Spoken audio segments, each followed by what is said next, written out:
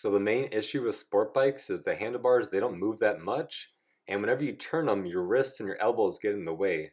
So because of that, you have to over rotate your wrists and get your elbows up so they're out of the way. Therefore, you could turn the handlebars more, and you just need a whole lot more lean angle on sport bikes than you do other types of bikes because of the handlebars are so limited.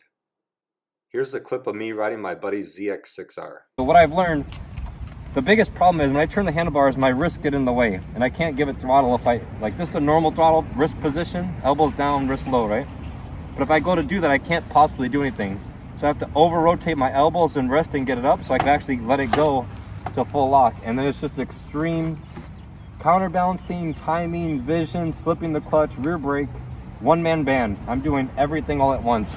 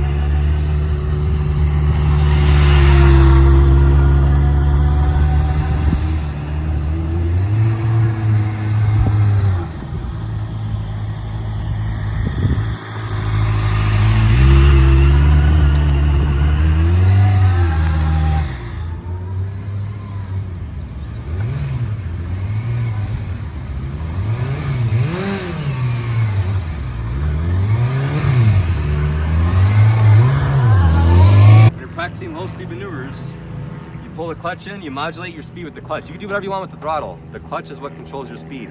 If I think the bike's gonna fall, I ease it out a little bit. Look at that, millimeters. The bike will stand back up. I'm going too fast, I pull it back in.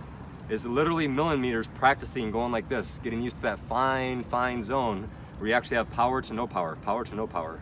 So if I start to turn handlebars, my wrist is now in the way of completing the turn and getting it really sharp. That's the first thing you have to do. You may have to do this. So watch my hand, I go from riding normal, I have to overcompensate and get my wrist out of the way, my arm and wrist out, I have to get out of the way and allow the bike to lean and still have control.